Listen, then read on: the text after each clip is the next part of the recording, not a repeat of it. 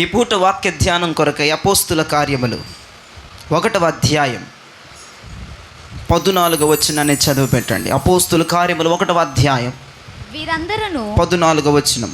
వీరందరూ వీరితో కూడా కొందరు స్త్రీలు యేసు తల్లి అయిన మరియ ఆయన సహోదరులను ఏక మనస్సుతో ఎడతెగక ప్రార్థన చేశారు. ఈ రోజున message topic, message title, message సారాంశం, మెసేజ్ యొక్క ఆద్వాంతరం, అంతరయం అన్నీ కూడా ఎడతెగక ప్రార్థించే సంఘం. మీరు ఎవరినైనా అడగండి, ఎవరిని మహానుభావులు, మా మేధావులు, శాస్త్రులు, మించిపోయిన వారు, వాక్య పండితులు, పిహెచ్డి లెవెల్లో చేసి ఎవరినైనా అడిగినా ఎడతెగక ప్రార్థన చేసే సంఘం భూమి మీద ఏదైనా ఉందంటే అది ఆది అపోస్తుల సంఘం అని ఎవడైనా చెప్పకుండటం సాధ్యం. భూమి మీద ఎడతెగకుండా, విసుగకుండా, సొనగకుండా, ఆవలించకుండా, మధ్యలో మంచినీళ్ళు దాగకుండా, కదలకుండా, మెదలకుండా ప్రార్థించే సంఘం భూమి మీద ఏదైనా కనుగోగలమా స్వామి అంటే ఆది అపోస్తుల సంఘమే ప్రార్థించే సంఘమని యావత్తు భారతమునికే కాదు ప్రపంచమునకు తెలుసు. ఈ పూట పరిశుద్ధాత్మ దేవుడు నీతో మాట్లాడుతున్న సందర్భం ఏంటంటే, తెలిస్తే ప్రయోజనం ఉండదు, దానిని పాటిస్తే ప్రయోజనం అన్నట్లుగా. అన్నం కూర వండేసి దాన్ని చూస్తే కడుపు నిండదు, తింటే కడుపు నిండింది అన్నట్లుగా అందరికీ ప్రార్థించే సంఘం, ఎడతెగక ప్రార్థించే సంఘం ఆది అపోస్తుల సంఘం అని తెలుసు. కానీ తెలిస్తే ప్రయోజనం జరగదు, తెలిస్తే కార్యాలు జరగవు, తెలిస్తే అద్భుతాలు జరగవు. దానిని పాటించాలి, దానిని చెయ్యాలి, దానిలో లీనమైపోవాలి. దాన్ని ఎలా పాటించాలో, ఎలా ప్రయత్నాలు చేయాలో, దానికి తగిన పాయింట్లు, దానికి తగిన క్వాలిటీస్ మనము పట్టుకొని దానిమ్మడబడి ఫాలో అయిపోతూ ఉండాలి. ఆది అపోస్తుల సంఘం అంతా కూడా ఎడతెగకుండా ప్రార్థన చేసే విషయాల్లో కొంతమంది ఆరాధన చేయాలని చాలా ఇష్టంగా చేస్తారు, కొంతమంది పాటలు పాడాలని ఇష్టంగా చర్చికి వస్తారు. కానీ ప్రార్థన విషయంలో ఆ ఆరాటం, ప్రార్థన విషయంలో ఆ విధానం కనపడదు. కొంతమంది పాటల వరకే, ఆరాధన వరకే బాగా యాక్టివ్గా హుషారుగా ఉంటారు. ప్రార్థన చేద్దాం అనేసరికి ఆవులింతలు, అదొక దయ్యం పిచాచి మీద పడిపోయినట్టు పడిపోతూ ఉంటుంది. కొంతమంది పాటలు పాడినంతసేపు వాటర్ తాగరు, ప్రార్థనలోనే వాటర్ తాగాలనిపిస్తుంది. కొంతమంది ఆరాధన చేస్తున్నప్పుడు ఫోన్లు చూడరు, ప్రార్థనలోనే కళ్ళు తెరిచి గుంట నక్కల్లాగా ఫోన్లు నొక్కుంటూ ఉంటారు. ఈ రోజున ప్రార్థన చేయకపోవడం, ప్రార్థన ఆలక్ష్యం చేయడం, ప్రార్థన ఇబ్బందికరంగా ఫీల్ అయిపోవడం, ప్రార్థన అంటే అది పెద్ద ఉరి శిక్షలాగా ఫీల్ అయిపోతున్న జనాలు, భక్తులు మన సంఘంలో తగలబడ్డారు చాలామంది. పాటల్లో, ఆరాధనలో ఎంత హుషారు ఉందో ప్రార్థన చేయడం విషయంలో కూడా అంతే హుషారు. కొంతమంది ప్రార్థన చేయమంటే నోరు తెరిస్తే ఏమంటే ఎక్కడ నోట్లో దాచుకున్న బంగారం కింద పడిపోద్ది అన్నట్లుగా బిల్డపిస్తారు. ఒక దైవజనుడుగా, ఒక ప్రతినిధిగా, చిన్నోడినో పెద్దోడినో మీకు చెప్తూ ఉండగా నోరులు తెరవంటే పరిచర్య చేసే పిల్లలు కూడా చేయకపోవడం అది చాలా చండాలం, దరిద్రం, దాష్టృత్వం. ఇంకా నేను ఎన్ని సాంస్క్రిట్ పదాలు పెట్టినా తప్పులేదు. ప్రార్థన చేద్దామంటే నోరు, నువ్వు స్తోత్రం అంటావో, స్తుతి అంటావో, హల్లెలూయా అంటే అది బయటకు అనరా బాబు, అది ప్రార్థన. ఏమన్నా ఈ సిద్ధాంతం పట్టుకున్నారంటే పౌలు గారు అంటారు కదా, నీ మనసులో ప్రార్థన చేయాలని. పౌలు గారు కూడా మనసులో ప్రార్థన చేశారు, మేము మనసులోనే ప్రార్థన చేస్తాం. కాదు, మనసుతో ప్రార్థన చెయ్యండి అన్నాడు ఆయన. మనసులో అల్లా అదే పట్టుకో, దరిద్రం. వాక్యం చదవటం రాదు, చదివినా దాన్ని అర్థం చేసుకోవడం రాదు కొంతమంది భక్తులకి. పౌలు ఏమన్నాడు, నేను ఆత్మతో ప్రార్థన చేస్తాను, మనస్సుతో అన్నాడు, మనసులో కాదు.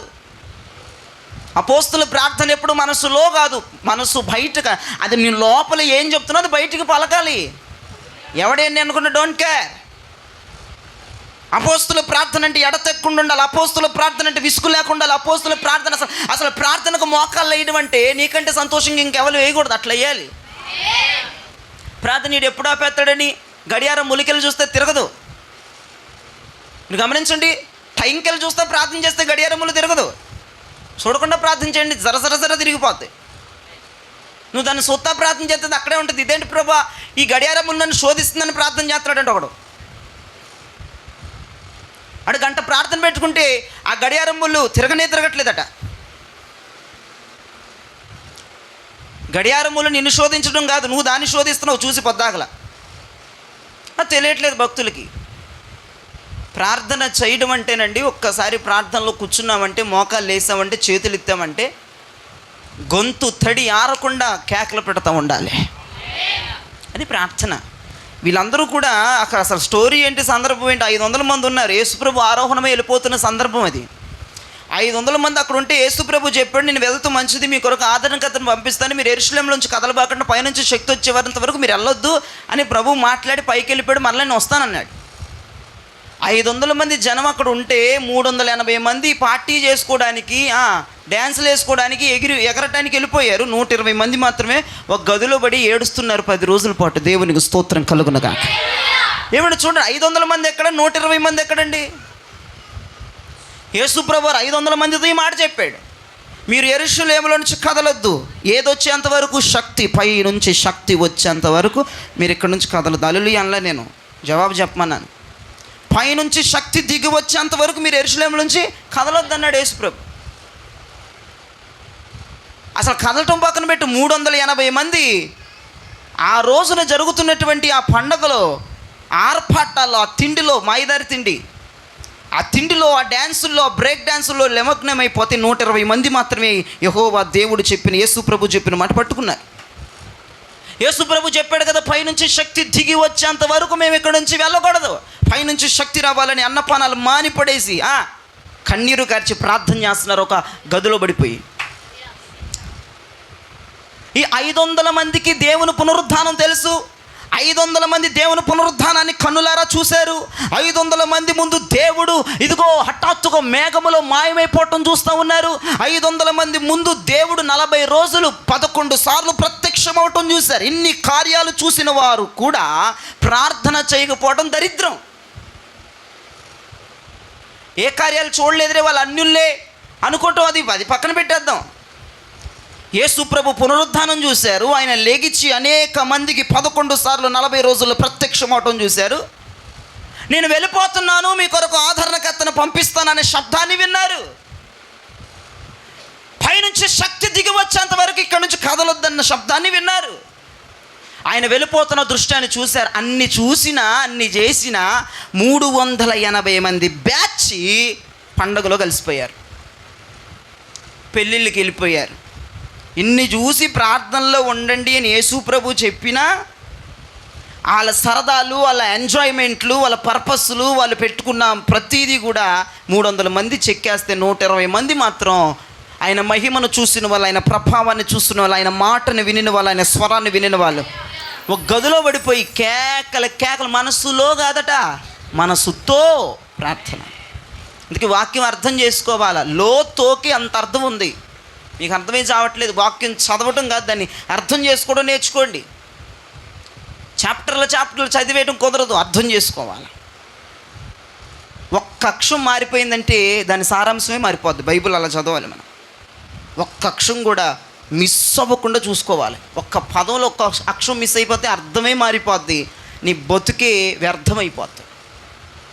కాబట్టి మన చర్చిలో ఈ సిద్ధాంతం నాశనం అయిపోవాలి. ఏంటో తెలుసా? మనసులో ప్రార్థన చేసే సిద్ధాంతం ఈ రోజుతో ముగించాలి. మనం మనసుతో, ఆత్మతో ప్రార్థన చేసే సిద్ధాంతాన్ని ఎయిర్పోర్ట్ నుంచి అమలు చేయాలి. హల్లెలూయా. ప్రార్థించమనంగాలి. మళ్ళీ చెప్తున్నా, మళ్ళీ పొద్దాకలు చెప్పని మాటలు. మన చర్చ్ వాళ్ళు ప్రార్థన చేయండి అనంగాలి, లోపల కాదు బయటికి చేయాలి. నువ్వు స్తోత్రమను, ఆమేనను, హల్లెలూయాను, షబాను, రబాను, బాబాను అన్ని బయటికి, లోపలికి కుదరదు. జంతనాయ్ లోపల చేసేవాడిని చీకటి కొట్లు పడేస్తాడు. యేసుప్రభు కాలు చేతులు కట్టేసి పళ్ళు కొరుకుటయు, ఇక బయటికి అరవ లేక ఉండుటయు జరుగుతుంది. అక్కడ నోట్లో గుడ్లు గుక్కేసేసి బాగా వేడి పెట్టేస్తుంటారు. అరవటం కూడా ఇప్పుడు చేత కదా, అక్కడ మొత్తం లోపలే. ఇప్పుడే ప్రాక్టీస్ అయిపోతూ ఉన్నారు నరకానికి వెళ్ళే జనం మంద. అంటే మీకు తెలుసు, మేము ఎట్లా నరకంకి వెళ్ళిపోతాం. అక్కడ నోట్లో గుడ్లు గుక్కేసేసి అరిత్తే దెబ్బ అరిత్తేమంట. ఇక నోరు మూసుకొని మూలగడం తప్ప ఏమీ లేదు. అందుకే ఇక్కడ ఓపెన్ అవ్వండి. పరలోకం అంతా దేవుని నిత్యారాధన చేసేది. అక్కడ నోరు మూసుకొని కూర్చోకూడదు. మౌనముగా ఉన్నవాళ్ళు మౌన స్థితిలోనికి దిగిపోతారు, పాతాళంలోకి వెళ్ళిపోతారు. వాక్యం ఉంది కదా క్లియర్గా. గట్టిగా ఏదోటి చెప్పండి, గట్టిగా చేతులు ఎత్తి. అది ఎప్పుడు కూడా హుషారుగా ఉండాలి. ఒక పూటే కాదు, సిద్ధాంతం పెట్టుకుని ఒకరోజే నేను చెప్పాలి. ప్రతిరోజు ప్రతి మీటింగ్లో ప్రతి కూడికలో మీరు ఇంట్లో ప్రార్థన చేసుకున్నప్పుడు బయటకు చేయండి ప్రార్థన. దేవునికి స్తోత్రం కలుగునుగా. కొంతమందికి బయటికి చేస్తే ప్రార్థన నచ్చదు, వాళ్ళని వదిలే. వాడు కమ్యూనిస్ట్ వాడు అంటే వదిలే. అపోస్తుల బోధ ఏంటని చెప్తున్నాను నేను. అక్కడ మీరు అవన్నీ పట్టుకొని సిద్ధాంతాల దగ్గర కూర్చొని కొనవద్దు. మన బోధ స్టార్టింగ్ దేవుడు పునాది వేసిన బోధ ఇది. పరిశుద్ధులకు ఒక్కసారి అప్పగించబడిన బోధ ఇది. ఈ బోధ మీదకి ప్రపంచమంతా రావాలని ఇప్పటికీ నేను ప్రార్థన చేస్తున్నా. ఇదే కరెక్ట్ బోధ, ఇదే సరైన బోధ. మిగతావన్నీ కరెక్ట్ కాదు. ఆత్మ లేదని చెప్పేవాడు, ఆత్మ పేరు మీద అనేకమైన సిద్ధాంతాలను వదిలేవాడు మళ్ళీ బైబిల్లోనే. ఇవన్నీ కరెక్ట్ కాదు. అది చూడాలని ఆశ, ప్రేరేపణ, కన్నీటి ప్రార్థన నాది. ఈ రోజున సంఘం అయిపోవాలి. అందరు అపోస్తుల పునాది మీదకి రావాల్సిందే. ప్రతి డినామినేషన్ అపోస్తుల పునాది మీదకి రావాలి. ఈ రోజుల అపోస్తులని ఈ రోజుల్లో వ్యతిరేకిస్తున్న వారు ఎక్కువైపోయారు. చీ అన్న వాళ్ళు ఎక్కువైపోయారు. అది కాదన్న వాళ్ళు ఎక్కువైపోయారు. అది ఎక్కడుందిరా బాబు అప్పుడే అంతమైపోయింది అన్న వాళ్ళు ఎక్కువైపోయారు. అసలు ప్రార్థన గట్టిగా అరిచి చేసే వాళ్ళ మీద విరుచుకుపడిపోతున్నారు క్రైస్తవులు, మనోళ్ళే. కాబట్టి ఎప్పుడు కూడా ఒక దైవజనుడు బైబిల్కి వ్యతిరేకంగా ఉండకూడదు. నీ సంఘాలకు వ్యతిరేకం కాదు. బైబిల్ను ప్రకటిస్తూ ఉన్నాను. బైబిల్ ఉన్నటువంటి నీతి బోధలను ఎక్స్ప్లెయిన్ చేస్తున్నాను. ఇంకోటి కదా, కోపం వచ్చేస్తూ ఉంటే ఒకటి నచ్చదు. కాబట్టి 500 మంది దేవుని స్వరాన్ని విని దేవుని మహిమను చూసి, ఆయన పునరుత్థానాన్ని చూసి, ఆయన కార్యాలు చూసిన వాళ్ళు 380 మంది పండగలోకి వెళ్ళిపోతే 120 మంది గదులు పడి ప్రార్థన చేస్తున్నారు. 120 మంది ప్రార్థన చేస్తున్నారు. చేతులెత్తి కన్నీరు గార్చి బయటికి శబ్దం. కొన్ని లక్షల మంది యెరూషలేము పట్టణానికి వచ్చి కొన్ని లక్షల మంది డ్యాన్సులు పాటలు పాడుతుంటే ఈ 120 మంది పెట్టే గోలట కొన్ని లక్షల మందిలో డిస్టర్బెన్స్ చేస్తుంది. ఏమన్నా ఉందా దానికి విడ్డూరం ఏమన్నా ఉందా? చూడండి, ఒక మాట చెప్తున్నాను. 120 మంది గొంతులు ఎక్కడ, కొన్ని లక్షల గొంతులు ఎక్కడ? ఈ కిందున్న వాళ్ళంటే ఏందిరా బాబు భయంకరమైన గొగ్గోలు పెడుతున్నారు. 120 మంది వెళ్ళి చూస్తే వాళ్ళు అన్య భాషలు మాట్లాడుతున్నారు ఉంటుంది. 50వ రోజు కొన్ని లక్షల మందిని కదిలించింది సార్ ప్రార్థన. 120 మంది ప్రార్థన, కొన్ని లక్షల మందిలో వాళ్ళ డ్యాన్సులకు అభ్యంతరకరంగా ఉందట. వాడు పెద్ద పెద్ద బాక్సులు పెట్టి ఎగురుతుంటే ఈ 120 మంది గొంతులు ఎక్కడ? కొన్ని మైకుల్లో అరుతున్నారు వీళ్ళు. అది అపవాది స్థావరాలకు చొచ్చుకుపోవాలను కేకలు పెడితే దగ్గర నోట్లో ఇవి ఏమంటావు అసలు? ఇదేం మాయరోగం అసలు? అలాంటి వాళ్ళంటే అది చెడ్డ చిరాకు. అసలు లోపల చేసేవాళ్ళు ప్రార్థనలు. నువ్వేమన్నా ఫ్రీగా ఓపెన్గా నీ ఇల్లు అనుకో. ఇది ఎవడొచ్చి తన్నేడు 10 సార్లు చెప్తున్నా. ఎవరి దగ్గర కొత్తలు ఉండవు మన చర్చకొచ్చే వాళ్ళ దగ్గర. నువ్వు వెనకది పొడి చేద్దాం, వెనకూడ పొడి చేస్తాడు అంటానికి లేదు కదా. నోరు తెరిస్తే హ్యాపీగా ఎంజాయ్మెంట్గా నోరు తెరిచి గగ్గోలు పెట్టవచ్చు. దేవునికి స్తోత్రం కలుగునగా. దేవుడు మన సంఘంలో ఫ్రీడమ్ ఇచ్చారు, స్వతంత్రం ఇచ్చారు. కనుక 380 మందిలో ఉంటారా, 180 మందిలో ఉంటారా? 120 మందిలో ఉండిపోవాలి. 120 మంది ప్రార్థించేవాళ్ళు, 120 మంది గోల చేసేవాళ్ళు, 120 మంది కన్నీరు కార్చేవాళ్ళు, 120 మంది చేతులు ఎత్తేవాళ్ళు. ప్రార్థించే సంఘంలోకి రండి, ప్రార్థించే గుంపులోనికి రండి, ఆరాధన చేసే గుంపులోనికి రండి. దేవునికి మహిమ కలుగునుగా. 1 రాజులు 19లో తెరవద్దు, నా వైపు చూడండి. 1 రాజు 19లో ఏలియా గారు నేనొక్కడినే నీ కొరకు రోషంగా ఉన్నానంటాడు.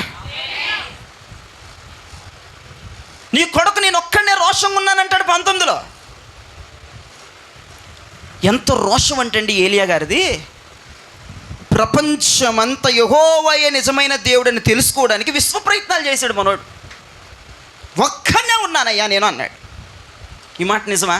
మరి 18లో బయలుకు మొక్కకయే, బయలుకి నమస్కారము చెయ్యకయే, బయలుకు ముద్దు పెట్టకయే 7,000 మంది దైవ సేవకులు ఉన్నారని బైబిల్లో ఉందిగా 18లో. మరి వీళ్ళెవరు? వీళ్ళు కూడా ఏలియాలాగా బయలుకు మొక్కట్లా, బయలుకు నమస్కారం చేయట్లా. ఇతర దేవతలకు 450 మంది బయలు ప్రవక్తలకి వీళ్ళు లొంగిపోవట్లేదు, వాళ్ళకి దండాలు పెట్టలేదు. 7,000 మంది పాస్టర్లు ఉన్నారు అక్కడ, రోషం కలిగిన. మరి వీళ్ళు రోషం కలిగిన వాళ్ళు కదా? పిచ్చెక్కిపోద్ది సార్. ఒక్క గమ్మత్తు, ఒక్క మర్మం ఉంది వీళ్ళల్లో. 7,000 మందికి ఒక్కడికి నేను ఒక్కడనే రోషం కలిగిన ఉన్నాడంటాడు 19లో. వీళ్ళు చూస్తే 7,000 మంది ఉన్నారు 18 వచ్చిన వాళ్ళు. వీళ్ళు కూడా యెహోవా భక్తులే, యెహోవా సాక్షులే, యెహోవాను గణపరిచేవాళ్ళే, యెహోవాను మహిమపరిచేవాళ్ళే, ప్రతిష్ఠితలో ఉన్నవారే, సమర్పణలో ఉన్నవారే. కానీ నిజమైన దేవుడు యెహోవాయేనని నిరూపించడానికి రోడ్లు ఎక్కని వాళ్ళు 7,000 మంది ఉన్నారు. లేడు తగలబడి కొంతమంది ప్రతిష్ఠించుకొని ఎందుకండి ఉపయోగం? కొంతమంది ప్రతిష్ఠితులు ఎందుకు పనిచేస్తున్నాయి, సమర్పణలు ఎందుకు పనిచేస్తున్నాయి? రోషం లేకుండా నిజమైన దేవుడు ఏనేనని ఒక పదవిని చేపట్టకుండా, ఒక నినాదాన్ని చేపట్టకుండా, ప్రార్థనలు చేయకుండా, గగ్గోలు పెట్టకుండా ఎందుకు నీ సమర్పణ, ఎందుకు నీ ప్రతిష్ఠిత, ఎందుకు, ఎవరి కోసం? 7,000 మంది ఉత్తగే ఉన్నారు, ఏమీ లేదు అక్కడ సీను.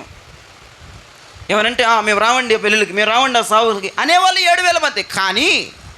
కానీ ఏలియాలాగా రోడ్డు ఎక్కట్లేదు. ఇల్లు లోపలే ఉండిపోతున్నారు. ఏమైపోద్దాం, మమ్మల్ని చంపేస్తారా, ఊరు బాబోయ్ మా సమర్పణ మాకు చాలు, మా ప్రతిష్ఠ. ఎవడికి నీ సమర్పణ ఎవడికి ఉపయోగం? నీ ప్రతిష్ఠత ఎవడికి ఉపయోగం? నీ ప్రార్థనలు ఎవడికి ఉపయోగం? నీ త్యాగం ఎవడికి ఉపయోగం అవుతుంది? నీకు నీవే ఏర్పాటు చేసుకుని నీకు నువ్వు తయారైపోయి కొంపలో కూర్చొని తలుపులు వేసుకుంటూ కుదరదు. బయటికి రావాలి. స్తోత్రం చెప్పండి గట్టిగా. రావాలి. నిజమైన దేవుడు యెహోవా నిరూపించాలి అందరం కలిసి. ఏంటిది గోల? ఎంతమంది వచ్చారు సమర్పించుకున్నారు చర్చిలో, దరిద్రుని. ఎందుకు పనికిరావు? వస్తావు శుక్రవారం, వస్తావు ఆదివారం, ఎందుకు పనికిరావు?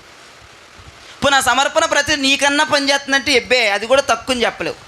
మీరు ఎందుకు చెప్పలేని పరిస్థితి, చెప్పలేని భక్తి నీది. యెహోవా నిజమైన దేవుడు. పోరాడగలుగుతున్నావా? పోరాటం చేయగలుగుతున్నావు? స్టార్ట్ చేసావా? ఇక స్టార్ట్ చేస్తావా? నీ రోషం ఎవరికి ఎక్కువ? నీ రోషం ఎవరిని బతికిస్తుంది? నీ రోషం ఎవరిని మారుస్తుంది? నీ త్యాగం ఎవరిని మార్చి మందిరంలోకి తీసుకొచ్చింది? ఏంటి మరి? ఉత్తుత్తు సమర్పణలు ఎందుకమ్మా? నాకు అర్థం కాదు. 7,000 మంది ఉన్నారు ఒత్తగా నీకులాగా, ఎందుకు ప్రయోజనములే? కానీ ఏలియా గారు రోడ్డెక్కి దేవుడే నిజమైన దేవుడు, ఆయన తప్ప వేరొక దేవుడు లేదు, యెహోవాయే అని నిరూపించడానికండి నానా తిప్పలు పడి, తిండి తిప్పలు లేకుండా చెట్ల కింద పొట్ల కింద బతికి ఒక నినాదానికి వచ్చాడు. కర్మేలు కొండ దగ్గరికి ప్రతి ఒక్కరిని ఇన్వైట్ చేశాడు. ఆహాబు సైన్యము, ఆహాబు కూడా నిలబడ్డాడు అటువైపు. ఇజ్రాయేలు ప్రజలందరూ చుట్టూ నిలబడ్డారు. ఆ కర్మేలు కొండ దగ్గర ఒక పెద్ద ప్రోగ్రాం జరుగుతూ ఉంది. నిజమైన దేవుడు యెహోవాను నిరూపించడానికి ఏలియా ఉంటే, నిజమైన దేవుళ్ళు మా బయళ్ళే అని 450 మంది బయలు ప్రవక్తలు అటువైపు ఉన్నారు. ఏలియా పక్కకు ఒక్కడు వచ్చాడా? 7,000 మంది సేవకుల్లో చెప్పండి మీరు. ఇప్పుడు 7,000 మంది ప్రతిష్ఠిత అన్నారు, సమర్పణ అన్నారు. ఇప్పుడు జయరాజు గారితో ఒకవైపు నుంచి మరి ప్రతిష్ఠితులు అడిపోయారు. నాకు అర్థం కాదు. ఇటు రావాలి కదా. అంటే ఇటు చచ్చిపోయాడు మమ్మల్ని చంపేయకూడదని గదిలో కూర్చుంటావా? ఇటు రావాలిగా, వెనక్కి రావాలిగా, సపోర్ట్ ఇవ్వాలిగా, సహకరించాలిగా. అది నేను చెప్పేది.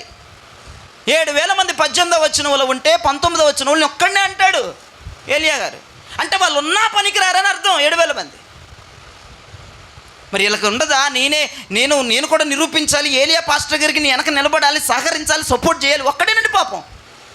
450 బలిపీఠాలు అక్కడ ఉంటే ఒక్క బలిపీఠం ఇతను ఇక్కడ సరిచేస్తున్నాడు. బలిపీఠాన్ని సరిచేస్తున్నాడు. ఎడ్లను వధించేవాడు లేడు, సపోర్ట్ చేసేవాడు లేడు, సహకరించేవాడు లేడు. అంతా ఒకటే చేసుకున్నాడు. 450 మంది టైం అయిపోయింది. ఒక్క చిన్న ప్రార్థన చేశాడు ఏలియా. భయంకరమైన అగ్ని దిగి వచ్చింది. ఆ బలిపశువు మీదకి తుప్పుగా కాల్చి పడేసింది. అంతే, బూడిదే మిగిలింది. అప్పుడు ఇశ్రాయేలు ప్రజలంది యెహోవాయే నిజమైన దేవుడు, యెహోవాయే నిజమైన దేవుడు అని కేకలు బబ్బులు పెడుతున్నారు. కానీ అప్పుడు కూడా రాట్లే ఎవడో. నేను పక్కకి యెహోవాయే నిజమైన దేవుడని పలుకువాడు. అయితే ఏలియా కత్తిని తీసుకున్నాడు, ఖడ్గాన్ని తీసుకుని 450 మంది బయలు ప్రవక్తలను తెగ నరికాడు. అప్పుడు కూడా ఇప్పుడు 7,000 మంది ఒక్కొక్క కత్తి పట్టుకుంటే ఈజీగా అయిపోయేది పని. అప్పటికి రాట్లా. కొంతమంది దేవుని అగ్ని దిగి వస్తుంది చూసినా, దేవుని మహిమ దిగి వస్తుంది చూసినా, దేవుని కార్యాలు జరగటం చూస్తున్నా కొంతమందిలో చలనం ఉండదు. అదే చెప్తున్నానండి. 500 మందికి దేవుడు మాట వినపడింది, దేవుని ప్రవచనం వినపడింది, దేవుని వాగ్దానం వినబడింది, ఇస్తానన్నది వినబడింది. కానీ 120 మంది గదిలోకి పోయి 380 మంది పండగలోకి పోయారు. 7,000 మందికి సమర్పణ ఉంది, ప్రతిష్ఠత ఉంది, ప్రార్థన ఉంది, దేవుడు అంటే విపరీతమైన భక్తి ఉంది. కానీ ఆయన నిరూపించడానికి ఏలియా వెనక్కి రాలేకపోయారు. ఈ పూట అర్థం అవ్వాలి మీకు వాక్యం.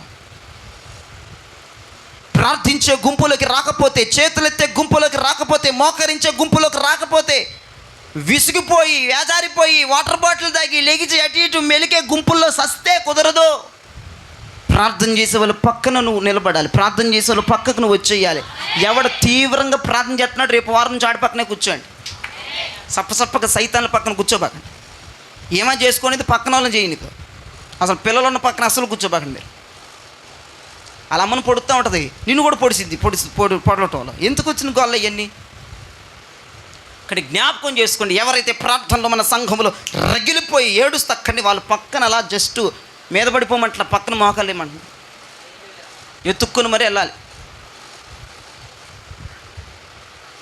ఆది అపోస్తుల సంఘం ప్రార్థించే సంఘం అని ఎంత రుజువో, ఎంత రూఢిపరుస్తుందో, ప్రపంచమంతా ఏకకంఠంగా ఎలా చెప్తుందో మనం కూడా తెలుసుకోవడం కాదు, మనము ఆ స్థితిలోనికి వచ్చేయాలి. ప్రార్థించే సంఘంగా, ప్రార్థన చేసే సంఘంగా, భారం కలిగే సంఘం మనం మారిపోవాలండి. లేకపోతే కుదరదు. ఇంకో విషయం చెప్పిన గమ్మత్తు, ఐగుప్తులో నుంచి ఎంతమంది బయటకు వచ్చారు? 30 లక్షల మంది వచ్చారు. 30 లక్షల మంది ఐగుప్తు నుంచి విడిపించబడితే దేవుడు అన్నాడు మోషేతో, మోషే యెహోవా యుద్ధములు చేయడానికి యెహోవా సేన ఎంతమంది బయలుదేరారు, అర్హులు ఎంతమంది లెక్కారంటే 6 లక్షల మంది తేరారు. 30 లక్షల మంది ఎక్కడ, 6 లక్షల మంది ఎక్కడ? అంటే 24 లక్షల మంది. ఏమండి, 24 లక్షల మంది రోజు పడుతుంది మింగేస్తూ ఉన్నారు, కడుపులోకి బంటలో నీళ్ళు తిని తాగేస్తూ ఉన్నారు, మేక కింద ఆడుకుంటూ ఉన్నారు. ఈ బ్యాచ్ ఉంది, ఈ బ్యాచ్ 24 లక్షలు. కానీ 6 లక్షల మంది తింటున్నారు, తాగుతున్నారు, మేక కింద ఆడుతున్నారు, దేవుని యుద్ధాలు చేయడానికి రోషం కలుగున్నారు. అదే నేను చెప్తున్నా, ఈ గుంపుల్లోకి రాకపోతే ఇంక నువ్వు క్రైస్తవుడివి, క్రైస్తవురాలివి కాదు, నువ్వు చెప్పుకు తిరగడం తప్ప. రోషం లేకపోతే, కన్నీరు లేకపోతే, ప్రార్థన చేసే వారితో వచ్చి కలవకపోతే, భారం లేకపోతే కష్టం. నీ వల్ల దేవునికి ఏమి లాస్, ఏం ఉపయోగము? నీకు ఉపయోగం లేదు, దేవునికి ఉపయోగం లేదు, దైవజనునికి ఉపయోగం లేదు, సంఘానికి ఉపయోగం లేదు. ఎందుకో వస్తున్నావు వెళ్తున్నావు అంతే. మరి ఎందుకో నాకు అర్థం కావట్లా. ఒక రోషం లేకపోతే, ఏడుపు లేకపోతే, మోకరించడం లేకపోతే, చేతులెత్తడం లేకపోతే, బయటికి నోరు తెరిచి నీ బాధ, నీ గాథ, నీ యాద చెప్పకపోతే ఎందుకండి జీవితం? 30 లక్షల మంది బయటకు వస్తే 6 లక్షల మంది యెహోవా కొరకు యుద్ధాలు చేసేది. 24 లక్షల మంది పొద్దున పట్టమంటే మాయమైపోద్దండి, నిమిషానికి మన్నా ఉండదట. సమకూర్చేసుకున్నారు, తినేస్తున్నారు, టన్నులు కొద్ది కదా. ఆ పొట్టే తినేయాలి. దేవుడు బంపర్ ఆఫర్ ఇచ్చేసాడు. మళ్ళీ ఎంత తేరుకుంటే అంత ఆ పొట్టే. విస్తారంగా బండిలో నీళ్ళతో బాగా గొప్ప గొప్ప తాగేస్తారు, మేక కింద ఆడుకుంటారు. 24 లక్షల మందిలో ఉంటావా, 6 లక్షల మందిలో ఉంటావా, 7,000 మందిలో ఉంటావా, ఒకటిగా ఉన్న వైపు ఉంటావా, 120 మందికి వెళ్ళి ఉంటావా, 380 మందికి వెళ్ళి ఉంటావు? ఈ రాత్రి నీకు వదిలేసాను, తీసుకో. 380 అంటే వద్దనాలా, 120 అంటే నాకు కావాలి, ఆ గుంపులోకి వెళ్ళిపోతా చెప్తే సరిపోదు, చెయ్యాలా? కనపడట్లే నాకు వద్దాకలు ఆమె నల్లులు అంటే సరిపోదు, మెంటలు వచ్చేద్ది అసలుగా. చెయ్యట్లా గట్టిగా ఆమె నల్లి, ఇది ఒక సిద్ధాంతం పట్టుకుని కూర్చున్నావు అయ్యగారిని కోపం రాకుండాను. ఏది చేసేది ఏం కనపట్ల, అసలు నీళ్ళు భారం కనపట్ల, ఏడుపు కనపట్ల, ఏది అసలు ఏం ఎబ్బే చిచి. ఆ 380 మందిలో ఉండనంటావు, ఈ రాత్రి 120 మందిలో ఉంటానంటావు, అదే మాట ఉత్తి మాటే. 7,000 మందిలో ఉండను బాబోయ్, ఇవి అక్కడికి వెళ్ళి వస్తానంటావు, ఏముంటుంది అక్కడ సీను. 24 లక్షల మంది ఏపే చిచి, వాళ్ళకి అసలు ఆ మనుషులు కాదు, ఈ 6 లక్షల మంది అంటావు, ఏమి యుద్ధాలు చేయవు. పండు మన్నానని తినేస్తూ ఉంటావు, వచ్చి నీళ్ళని తాగేస్తూ ఉంటావు, మేఘలు ఆడుకుంటూ ఉంటావు, ఇది తప్ప ఏం లేదు. నీకు వరాలన్నీ పూజ చేసుకుంటూ ఉంటావు. 21 రంగాలనే డిసెంబరు ఏమి ఎందుకు ప్రయోజనం, ఎందుకు ఉపయోగపడట్లేదని ప్రభు మాట్లాడుతూ ఉన్నాడు. ప్రార్థించే భారంలోకి రా, ప్రార్థించే సంఘంలోకి రా, ప్రార్థించే గుంపులోకి రా, ప్రార్థించే దైవజుడి వెంటరా, రోషం కలిగిన దైవజుడి వెంట వచ్చి నిలబడు. నువ్వు ఉన్న సమర్పణకి, నువ్వు తీసుకున్న త్యాగానికి, నువ్వు తీసుకున్న సమర్పణకి ఏమన్నా ఏడుతుంది నా వెనకాలంటే. యెహోవా యుద్ధములు చేయడానికి మన్నాను తినిన వారే, నీళ్లు తాగుతున్న వారే, మేఘములు ఆడుకుంటున్న వారే 6 లక్షల మంది యెహోవా కొరకు నిలబడిపోయారట. రా వెనక్కిరా. 120 గుర్తుపెట్టుకో, 1 గుర్తుపెట్టుకో, 6 లక్షలు గుర్తుపెట్టుకో. ఈ 3 సంఖ్యలు గుర్తుపెట్టుకుని 3 సంఖ్యల కోసం ప్రార్థన చేయి. దాంట్లోకి నేను దూకాలి ప్రభా. 120 మంది ఎడతెగ ప్రార్థన చేస్తున్నారు. ఒక్కడు యెహోవాయే నిజమైన దేవుడు నిరూపించడానికి నిలబడిపోయాడు. 6 లక్షల మంది యెహోవా యుద్ధములు చేయడానికి సమర్పించుకున్నారు. రా, ఈ సంఖ్యలు మర్చిపోద్దు. 6 లక్షలు 1 120, 120 1 6 లక్షలు అస్సలు మర్చిపోవద్దు. ఈ సంఖ్యలోకి దూకాలి, ఈ సంఖ్యలోకి రావాలి. ప్రార్థనలు చేయండి, తీవ్రంగా ప్రార్థించండి. దేవునికి స్తోత్రం కలుగునుగాక. తీవ్రంగా ప్రార్థన చేయండి. ప్రార్థన చేయించుకునే లైన్లు పెద్దగా ఉంటాయి, ప్రార్థించే లైన్లు చిన్నగా ఉంటాయి అట. నిజమా అబద్ధం? ఆడ 20 మందిని పడేస్తే అక్కడ చాంతాడంట లైను. ప్రార్థన చేయండి అక్కడ ఒకడు ఉండరు. పద్దాకలు ప్రార్థన చేయించుకోవడానికి లైన్లు కట్టడం అలవాటు చేసేసాను కానీ నేను కూడా మీకు బాగాను. ప్రార్థన చేస్తానంటే ఆడి ఈ దైవజనుడు ఎవడో, ఆడి మీద ఏ అభిషేకం ఉందో, ఏ సమర్పణ చెప్పే దైవజనుడు సార్ అంతవరకు తెలుసా? దెయ్యాలు వచ్చి పడిపోతే ఎవరు పడతాల మీద చేతులు లేపించుకోకూడదు, దరిద్రం. మీకు తెలుపుతుంటే అర్థం కావట్లేదు మీకు పొద్దులు. ఒక ఆమంట యూట్యూబ్లో ప్రసంగం చూసి అయ్యగారు ఇట్ట చెయ్యంటే ఇట్ట చెయ్యి చూపిస్తున్నారంట. ఈ ఫోన్ తీసుకెళ్ళి ఇట్ట పెట్టుకుంటుందండి నెత్తి మీద. ఎవడు పడతాడు నెత్తి మీద చేతులు కూడా తప్పది. దీని ఫోన్లో నుంచి కూడా బ్లెస్సింగ్స్ వచ్చి అతనియా. ఒక ఆమంట అయ్యగారు ఇట్ట అంటున్నారంట, దేవుడు మిమ్మల్ని ఆశీర్వదిస్తున్నాడంటే వెంటనే అయ్యగారు చెయ్యి ఇట్టగా ఫోను. అది వేరే వీడియోలోకి వెళ్ళిపోయి సినిమా పాట వస్తుందంట. చిచ్చి ప్రభా, మరి తగిలిపోదా? టచ్ కాదా? స్క్రీన్ కాదా? ఇది ఇట్ట పెడతావా తీసుకొని? ప్రార్థన చేయించుకోవడానికి లైన్లు కట్టం కదా, ప్రార్థించే గుంపులో ఉండిపోవాలి. అక్కడ కుప్పలు ఉండాలి జనం. ఎవడన్నా చేయించుకుంటాడు ప్రార్థన, నువ్వేంటి చేసేది బోడి? ఏ దైవజనుడితో దైవుడు చేయబెట్టి చేసుకొని ఎత్తి మీద దయ్యాలన్నీ మీ మీదకు రావటం ఏంటది? ఆ దైవజనుడు రేంజ్ ఏంటి? ఆ దైవజనుడికి సమర్పణ ఉందా? ప్రతిష్ఠత ఉందా? దేవుడి చేత పిలువబడ్డా? పిలిపేంటి? ఏర్పాటేంటి? ఏ అభిషేకం ఉంది? ఎటువంటి ఆత్మతో కదులుతున్నాడు? అవన్నీ తెలుసుకొని నెత్తి మీద చేయి బుద్ధిగా వేయించుకోవాలి. ఎవరితో పడితే వేయించుకోవద్దు, డేంజర్ అదే. అర్థం కావట్లేదు మీకు వాక్యానుసారంగా చెప్తుంటే. అందరి మీద నా కుళ్ళు కాదు చెప్తున్నా, మీ జీవితాలు కట్టబట్టడానికి. మరి ఏం చేయదు? దైవజనుడు అని పేరు ట్యాగ్ ఉంటే చాలు, ఇట్టగే ఇక అందరూ ఈ ఎద్దులు ఇంత కొంపకి శాపం, కొంపకి దరిద్రాలు. దైవజనుడే కదండి, దైవజనుడే.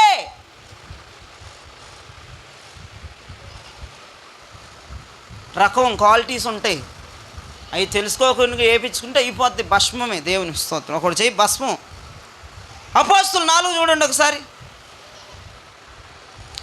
23-24 వచనాలు చదివి పెట్టండి.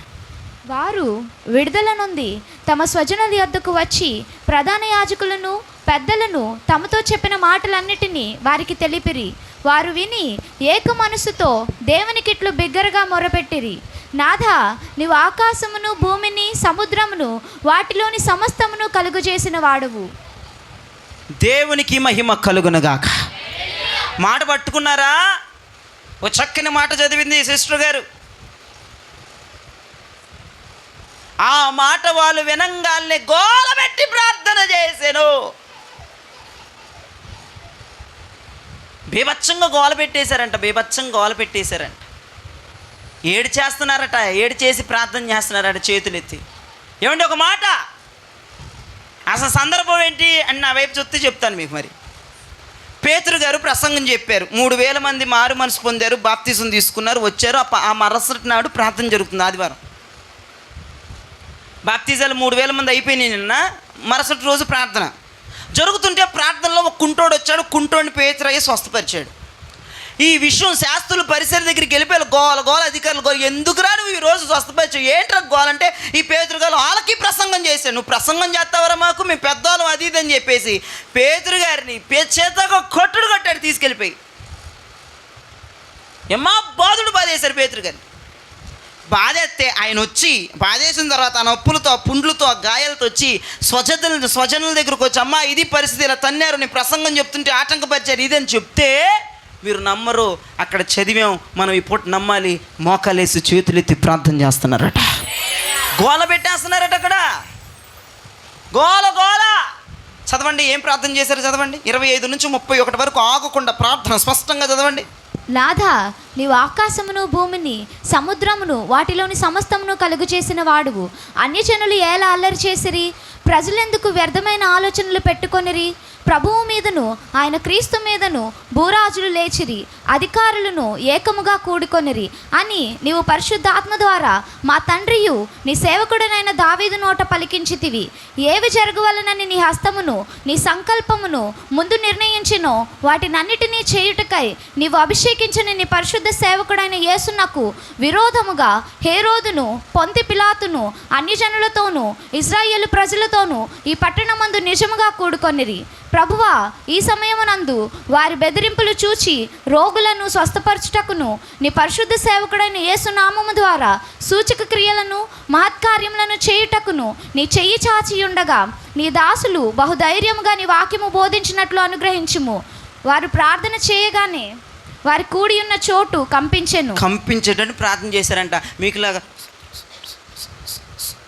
ఎన్ని చుంచెలుకలు ఉన్నాయో మన చర్చిలో ఎలకలను బట్టి పిలుద్దామని పెడుతుంది నాకు ఒక వారం. ఉస్సు బుస్సు తప్పేం రాదా, బట్టలు ఉతకటం ఈ మధ్య వచ్చేసినాయి కదా, మరి ఏంటి అవి వచ్చేసిన దగ్గర నుంచి ఉస్సు ఉస్సు రావట్లేదు వీళ్ళకి, చుంచెలుకుల్లాగా శబ్దాలు చేస్తా. వాళ్ళు ప్రార్థన చేస్తే భూమి దెబ్బేమంట, అసలు మామూలుగా లేదంట, పరిశుద్ధాత్మ దిగిపోయిందంట ఒక్కొక్కల మీద. అట్టా ప్రార్థన చేయాలి. నాకు ఆ ప్రార్థనలు అంటే అమ్మ ఇష్టం. ప్రార్థన చేస్తూ కొంతమందికి నచ్చదండి మరి ప్రార్థన, అయినా పర్లా, నచ్చనోడికి నచ్చనంత పోరాబాబు అనుకోవడమే. ఆళ్ళలోకి మనం వెళ్ళకూడదు, మనలో ఒకటి రావాలి. దేవుని స్తోత్రం. నేర్చుకోండి. అది ప్రార్థన చేస్తే ఇప్పుడు 10 మంది ఉన్నాం, 10 మంది స్వరం ఎత్తాల్సింది అంతే. నేను అందుకే చెప్తా ప్రార్థనలు చేయండి అని. ఎవరి గురించి అని ప్రార్థన చర్చలో చేపిస్తే అందరికి గోల పెట్టండి అంట. నేను ప్రార్థన అర్థం కాకపోయినా పర్లా, ఒకడికి అర్థమైద్ది, సవాబెత్తాడు ప్రత్యుత్తరి చాలు. మీకు తెలియట్లా, అసలు భూమికి కంపించి పరిశుద్ధాత్ముడు ప్రార్థన చేసే వాళ్ళ మీదకి వచ్చేయాలి. వాళ్ళు ప్రవచనాలు ఎత్తుతున్నారట, వాగ్దానాలు ఎత్తుతున్నారంటే అని దాసులకి ధైర్యం ఇవ్వు, ప్రకటించే ధైర్యం ఇవ్వు, శక్తినివ్వు, బలం ఇవ్వు. ఆటంకాలు కలుగుతున్నాయి, హేరోదు పొంతు పిల్లలు లాంటి వాళ్ళు ఆటంకం కలగజేస్తున్నారు, ఏ సునాములు ఆటంకములు బంధిస్తున్నామని ప్రార్థనలు చేస్తూ, ఎవడయ్యా అసలు సువార్తకు ఆటంకాలు తెస్తున్నారయ్యా, సువార్తను ఆపేద్దామని చూస్తున్నారయ్యా అని సంఘం అంతా గోల గోల పెడితే అక్కడికి పరిశుద్ధాత్ముడు దిగిపోతే అందరు అన్య భాషలు మాట్లాడి దేవుణ్ణి గణపరిస్తే అక్కడి నుంచి ఇంకా ఆ దైవజనుడి సేవ అనేక ప్రాంతములకు విస్తరించింది. గట్టిగా చప్పులు కొడితే ప్రభు నామాన్ని గనక. ఇప్పుడు నేను చెప్తున్నాను, ఇలా ప్రసంగం జరుగుతూ ఉంది, ప్రసంగం చెప్తోంది. ఈ ప్రసంగాన్ని ఆపటానికి ఎవరో కొంతమంది మతోన్మాదులు, ఉన్మోన్మాదులు వచ్చారు. 10 మంది ఆపేద్దాం చూసినప్పుడు మనం ఏం చేయాలి? ప్రార్థన చేయాలి. యూ వాంట్ జస్టిస్, వద్దు ప్రార్థన, పని కుదరదు, జస్టిసేగా ఇది జరగదు. న్యాయాలు, కోర్టులు, పోలీసులు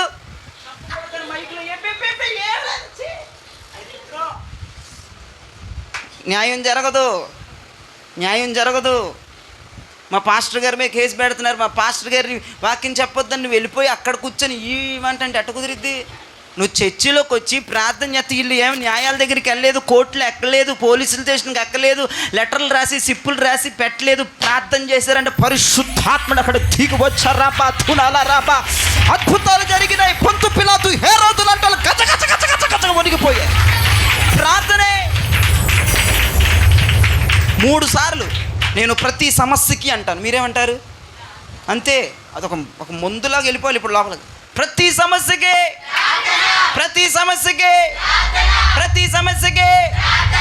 ధర్నా చేసినట్టుంది. ఇప్పుడు మనం ప్రతి సమస్యకి ఏం కావాలి? ఇప్పుడు సమస్య వచ్చేసింది, అయ్యగారిని వాక్యం చెప్పొద్దు అంటారు, ఏరియా నుంచి నువ్వు వెకేట్ చేశాను, వద్దా నీ బోధనలు నచ్చట్లేదు, ఎవరు నచ్చలేదు ఎప్పో అని అంటే సంఘం అంతా ఏ న్యాయ విధుల దగ్గరికి వెళ్ళకుండా అక్కడికక్కడే పనులకి వెళ్ళిపోయే వాళ్ళు కూడా ఆపేసుకొని ఫుడ్ డెలివరీలు పెట్టేవాళ్ళు కూడా క్యాన్సిల్ చేసి వెనక పంపించేసి మోకాలు వేసి ప్రార్థన చేస్తున్నారు. అదే నువ్వైతే జొమాటోలో ఆర్డర్ పెట్టుకుందంటే వచ్చి తినేసేసి అక్క పలానా టైంకి వస్తాను అయ్యగారిని అంటే అర్షి అట్ట కుదరదు. అప్పటికప్పుడు తెలిసిన వెంటనే వినిన వెంటనే ఎక్కడికక్కడ మోకాలు వేసేట్టు నేర్చుకోవాలి. ప్రతి సమస్యకి ఏం కావాలి? రెండో మాట అపోస్తులు 12:5. అపోస్తులు 12:5. పేతురు చెరసాలలో ఉంచబడెను, సంఘమైతే అతని కొరకు అత్యాసక్తితో దేవునికి ప్రార్థన చేయుచుండెను. పేతురు చేల్లో వేసేసారు. పేతురు గారు పాపం ఏం చేశాడండి? ఏం తప్పు చేశాడండి? వీళ్ళు దొంగలను పట్టుకోరు, మా లాంటి వాళ్ళ మీద పడి ఎడుతూ ఉంటారు. మేమేం చెప్తాం? మంచి చెప్తాం, బోధ చేస్తాం, స్వస్థత పరుస్తాం, విడుదల ఇస్తాం. మీ పక్షమున దేవునికి ప్రతిరోజు ధూపం వేద్దాం. మా మీద ఎందుకు పడి ఎడుతారు? పేతురు గారి జైల్లో పడేశారంటే ఈ సంఘస్థులందరికీ మెంటలు వచ్చేస్తుంది. మొన్నేమో స్టెఫెన్ చంపేశారు, అందరూ మాట్లాడుకుంటున్నారు సంఘంలో, వినండి. మొన్నేమో స్టెఫెన్ చంపేశారు అని, నిన్నేమో యాకోబుని చంపేశారు. ఈ పూట మన అయ్యగారిని జైల్లో వేసారు. కుదరదు, మెంటలెక్కేసి అందరూ గోల గోల చేసి ప్రార్థన చేస్తున్నారండి. చేతులు ఎత్తి గోల గోల గోల గోల ఏడుపులకు. చచ్చిపోయిన వాళ్ళ దగ్గర కూడా అట్ట ఏడుతారు నాకు తెలియదు, కానీ గొగ్గుర్లు పుట్టే అంత ఏడుపులు, ప్రాంతం షేక్ అయిపోయి అంత ఏడుపులు. అలా ప్రార్థనకి ఏం జరిగింది తెలుసా? ఆకాశం ఓపెన్ అయిపోయింది. దేవదూత ఒకడు వచ్చేసి చెరసాలన్నీ టపా టపా టపా టపా తెరుచుకుంటూ వెళ్ళిపోయి రాత్రిపూట అర్ధరాత్రి పూట పేతురు గారు అక్కడ పడుకున్నాడంట జైల్లో. బాగా కొట్టేశారండి జైల్లో ఆయన్ని. అక్కడ పడుకుంటే పేతురు గారిని లెగ్గొట్టి దేవదూత బట్టలేసి చెప్పులేసి బయటికి తీసుకొచ్చేసి వదిలేస్తే కల అనుకుంటున్నాడండి మనోడు. కలగాదు, జైల్లో లేడండి, బయటకు వచ్చేసాడండి. దేవునికి స్తోత్రం కలుగును గాక. వాళ్ళ ప్రార్థన దేవుని సింహాసనాన్ని కదిలించి అక్కడ ఒక దేవదూత ఆయన పంపించిందాక వాళ్ళ ప్రార్థనలోనే ఉన్నారు. అతను లెగ్గొట్టి బట్టలేసి చెప్పులేసి బయటికి తీసుకొచ్చిందాక వాళ్ళ ప్రార్థనలోనే ఉన్నారు. ప్రార్థన చేస్తే కింగులాగా అట్ట చెయ్యాలి. ఏదో 10 నిమిషాలు 20 నిమిషాల సమస్య పోకుండానే లెగిసిపోకూడదు. రిజల్ట్ రావాలి. నువ్వు ప్రార్థన చేస్తూ ఉండగా నీకు ఫోన్ రావాలి. నువ్వు ప్రార్థన చేస్తూ ఉండగానే అద్భుతం జరిగిందని వార్త వినాలి. వాళ్ళు గోల గోల పెట్టేస్తున్నారంటే కన్నీరు కాచి ఏడుస్తూ ప్రార్థన చేస్తూ ఉండగా దైవజనుడు కొట్టేసి జైల్లో పడేస్తే అక్కడ దేవదూత ఒకడు దిగి వచ్చి బట్టలు వేసి చెప్పులేసి చెరసాలన్నింటిలోంచి బయటికి తీసుకొచ్చి వదిలిపెట్టేంత వరకు వాళ్ళు ప్రార్థనలోంచి లెగలేదంటే ఎంత శక్తివంతమైన ప్రార్థన ఒకసారి మీరు జ్ఞాపకం చేసుకోండి. మొదటి మాట, ప్రతి సమస్యకు ప్రార్థన చేయాలి. రెండవ మాట, ఇబ్బందికరమైన పోరాటాల్లో ప్రార్థన కావాలి. పోరాటాలు వస్తున్నాయి, ఎదురీతలు వెళ్తున్నావు, ఎదురు దెబ్బలు తొలుగుతున్నాయి, ప్రార్థన చేయాలి. ప్రతి ఇబ్బందికరమైన పరిస్థితుల్లో ప్రార్థన అవసరం. ప్రియదైవజనమా, ప్రార్థన అవసరము. అది ఎడతెగని ప్రార్థన కావాలి. దైవజనులు జైల్లో వేయబడుతున్నారు, దైవజనులు కొట్టబడుతున్నారు. సువార్త పేరు మీదే సువార్త వ్యాపించకూడదని కొంతమంది కలిసి మూగుకట్టుగా దైవజనుడు జైల్లో వేసేస్తే ఆ దైవజనుడు బయటకు వచ్చేంత వరకు వీళ్ళు మోకాలు దిగలేదు, బయటకు వచ్చేంత వరకు ఏడపటం మానలేదు, బయటకు వచ్చేంత వరకు పిల్ల గట్ర ఎటు పొయ్యారో వీళ్ళకి అనవసరం. అలాంటి ప్రార్థన చేశారు. వాళ్ళు ప్రార్థన చేయగా వాళ్ళు కూర్చున్న స్థలం అంతా పరిశుద్ధాత్ముడు దిగి వచ్చి వాళ్ళని అభిషేకించి బలపరిచిన సందర్భాలు మనం చూస్తూ ఉన్నాం. దేవునికి స్తోత్రం కలుగునగా. ఏడ్చి ప్రార్థన చేసే వాళ్ళకి ఖచ్చితంగా జయం వస్తుంది. గతంలో చెప్పాను చాలాసార్లు, మళ్ళీ చెప్తున్నాను, ఏడ్చి ప్రార్థన చేస్తే ఇక తిరుగులేదు. దేవునికి స్తోత్రం. ప్రపంచ కాల చక్రం అంతా మన చేతుల్లోనే ఉంటుంది ఏడ్చి ప్రార్థన చేసే వాళ్ళకి. వరదలు వచ్చి చూడండి, వరదలు వచ్చి సగం వైపు అన్న కొట్టుకుపోద్దేమో, సగం వైపు అట్టాగా ఉంటుంది వరదలకి, కానీ ఏడుపుకు మొత్తం కొట్టుకెళ్ళిపోద్ది. నువ్వు నమ్మితే దేవునికి స్తోత్రం చెప్పు. వరదలకి కూడా మొత్తము కొట్టుకుపోకుండా, వరదలకు కూడా మొత్తం కొట్టుకుపోదు, ఏడుపుకు మాత్రం మొత్తం దరిద్రం, నాశనం, శాపం అన్నీ కొట్టుకుపోతాయి. అందుకే ఏడవాలి, అందుకే మొర్ర పెట్టాలి, అందుకే గొగ్గోలు పెట్టాలి, అందుకే అరవాలి, అందుకే చప్పట్లు కొట్టాలి. ఖచ్చితంగా ప్రతి పోరాటానికి ఏం కావాలి? మళ్ళీ ఒక నినాదం నాకు 3 సార్లు, ప్రతి పోరాటానికి ప్రార్థన అంటూ ప్రార్థన కావాలి అనాలి. ఏం మాటలు నాకు అర్థం కాదు. ప్రతి పోరాటానికి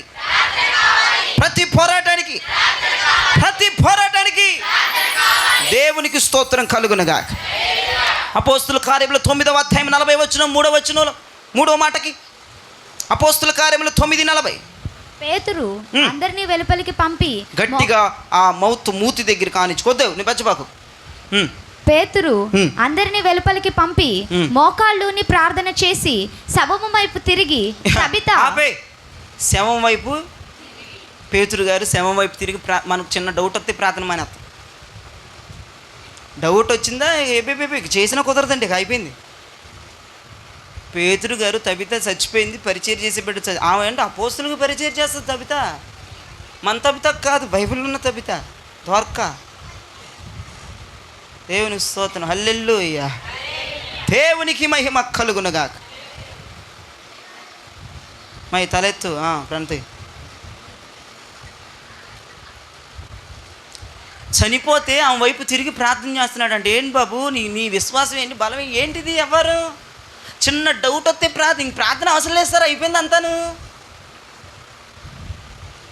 అంతా దాటిపోయినా, అంతా చేయి దాటిపోయినా ప్రార్థన చేయాలి. దేవుడు మళ్ళీ వెళ్ళిపోయిన వెనక్కి తిరిగి వస్తున్నాడు. 100 సార్లు చెప్తున్నాను నేను, 1,00,000 సార్లు చెప్పాను ఇప్పుడు చర్చిలు ఈ మాట. మరి వెళ్ళిపోయినవి కూడా నీ కొరకు, నీ కన్నీరు కొరకు పట్టుకొచ్చేస్తాడని చెప్పాను నేను 1000 సార్లు, 1,00,000. ఇంక చెప్పి పోవటం తప్ప మీరు మారరు. అక్కడ చచ్చిపోతే, శవమైపోతే అసలు ఏంటది, అదేం ప్రార్థన అండి? అక్కడికి వెళ్ళిపోయి లేపమని ప్రార్థన చేస్తున్నాడు. జ్ఞాపకం చేసుకోవాలి ప్రియ విజయమ్మా. చేయి దాటిపోయే ఏకరికి ప్రార్థన అవసరం లేదు. చిన్న డౌట్ ఉంటే ప్రార్థన చేయవా? ఇక అది వర్కౌట్ అవుదంటావా? వదిలిపడేస్తావా? 3వ మాటగా చెప్తున్నాను, పరిస్థితులు చేయి దాటిపోయిన సమయాల్లో కూడా ప్రార్థన చేయాలి. పరిస్థితులు చేయి దాటిపోయినాయి, బిడ్డకి సీట్ ఇవ్వనంటున్నారు, అయినా చేయి, ప్రార్థన చేయి. ఆడే ఫోన్ చేస్తాడు దేవుడు, ఎవడ కోసం చేయడు? ప్రార్థన అంతో బలమైనది. దేవునికి స్తోత్రం. చేయి దాటిపోయినా ఇంటికి వచ్చినట్టు చూసి వెళ్ళిపోయాడు, చేయి ప్రార్థన, ఆడే అవుతాడు. నువ్వు ప్రార్థన చేయకే కదా, నీ డౌట్ లెస్, క్లీన్ లెస్, సోజు లెస్, ఈ లెస్సులన్నీ లెస్ అయిపోతున్నావు. నీకు ఏం అర్థం కావట్లేదు. ప్రార్థన ఖచ్చితంగా వెళ్ళిపోయినవి తీసుకొస్తుంది. అయ్యగారు, మేడం, తీసుకొచ్చేస్తుంది వెనక్కి.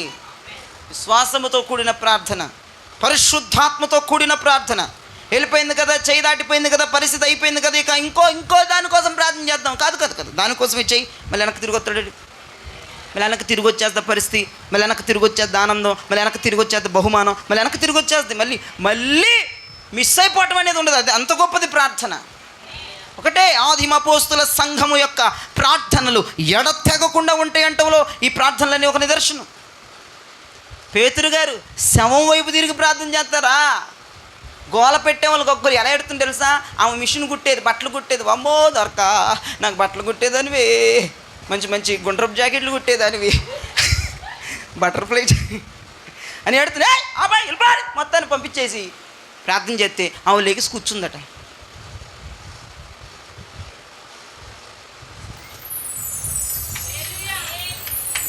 నీ అల్లులియ కోసం చూసుకొచ్చున్నానా? చప్పట్ల కోసం కూర్చున్నాను.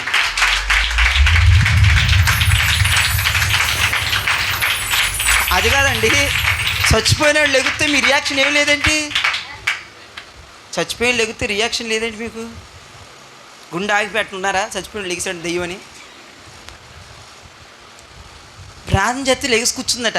వీళ్ళందరూ బత్తాయి జ్యూసులు, దానిమ్మ జ్యూసులు మా వందనమ్మలాగా నాకు తిత్తనారా తెచ్చి? ఆమె లెగిసిపోయి అందరికీ అన్నం కూర వండేసి పెట్టేస్తుందంట.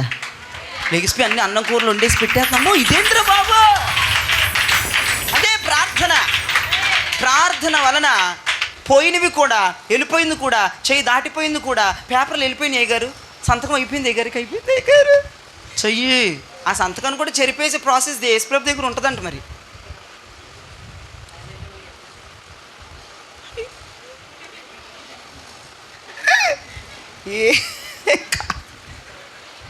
రావాలి వెనక్కి.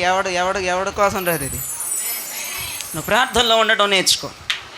ఎప్పటికప్పుడు ప్రార్థన ఎగ్గొడదావు, నీ బుద్ధి అంతే. ఏం చిన్న డౌట్ రంగానే అయిపోయిందిలే, ఇక వేస్ట్ అనంగానే ఇక ప్రార్థన మానేస్తావు. దేవునికి స్తోత్రం.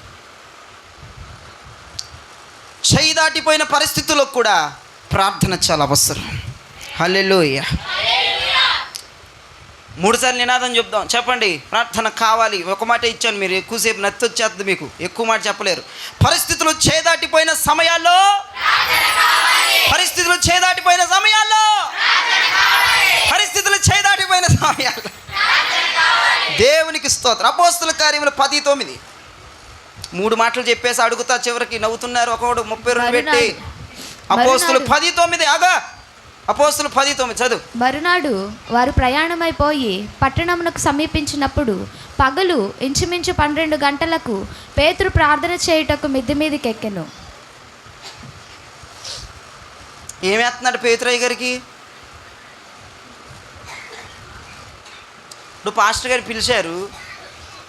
పాస్టర్ గారు పిలిచినప్పుడు అన్నం పెట్టాలి కదా, ఆయన కూర్చోబెట్టి వండుతున్నారండి అన్నాలు.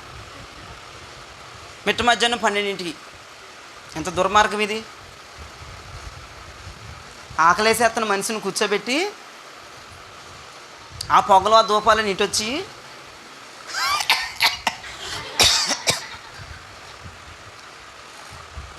అయ్యగారిని పిలిచిన వెంటనే ప్లేట్ వచ్చేయాలి, దాంట్లో కూర వచ్చేయాలి, అన్నం వచ్చి అన్నీ వచ్చేయాలి. కష్టాలు చేయకూడదు, మా టైం వేస్ట్.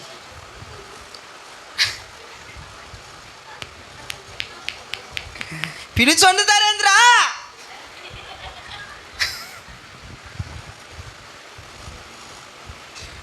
పేతురయ్య గారికి మధ్యాహ్నం 12కి సీమోన్ పిలిచాడు. ఏం పెట్టాలి చెప్పాలి, ఏం పెట్టాలి? భోజనం. భోజనం పెట్టాలి. పట్టుకుంటే ఏం చేశారు అయ్యగారండి? ఒక 10 నిమిషాలు టీవీ పెట్టి పనికిమాల టీవీ రిమోట్ ఇచ్చి కూర్చోబెట్టారట. మీ వాక్యాలు మీరు చూసుకోండి. నాకు ఆ టైం కూడా ఊగిపోయి మాట్లాడేస్తారు నాతో.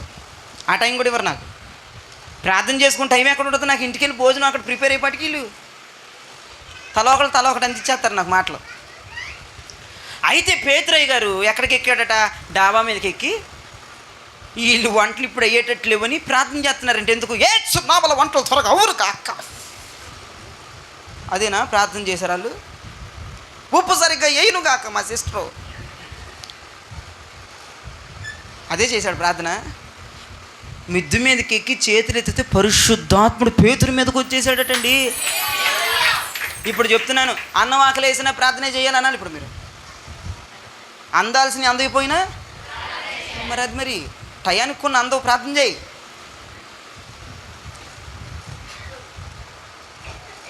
ఏదో ఆర్డర్ పెడతాడు, పొద్దులు ఫోన్ చేసేస్తావు కదా.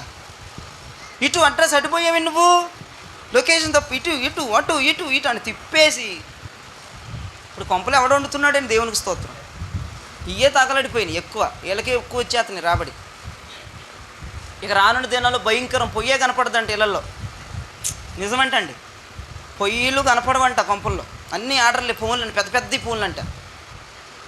ఆడు ఎక్కడున్నా వచ్చేయాలి, ప్రపంచంలో ఎక్కడున్నాడు వీళ్ళు కొంపంది వీళ్ళు గుమ్మానికి వచ్చేయాలి ప్యాకెట్ పెట్టుకునేట. అర్ధరాత్రి 2 కూడా వచ్చేస్తున్నాడు ఒకడు. మా అపార్ట్మెంట్లో చూస్తున్నా, ఒకసారి నైట్లో వస్తుంటే జొమాటో వాళ్ళు, స్విగ్గీ వాళ్ళు వచ్చేసి ఉంటారు అక్కడ. టైం 2, ఈ టైంలో ఎవడరా తినేది? 2 గంటలు 3 గంటలకి. మనం అంటే ఏదో ప్రార్థనలో ఉండి మిస్ అయిపోయి తింటాం. వాళ్ళేంటి ఎవ్వరం? తిండి ఎక్కువైపోతుంది భారతదేశ వ్యాప్తంగా.